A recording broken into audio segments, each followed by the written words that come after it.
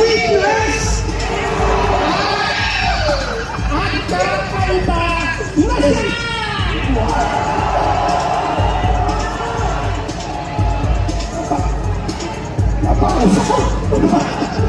Napaus ako. Hindi na sarali.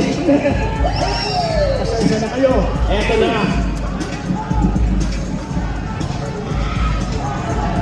Wala ba sir?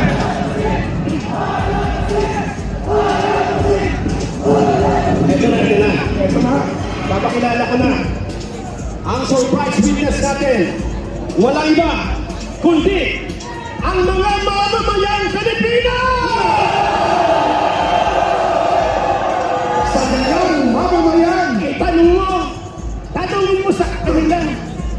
Sa ganang mamamayan, may korupsyon na wala. May pagnanakaw na wala. Grabe! Handa na ba kayong humarap sa Senado?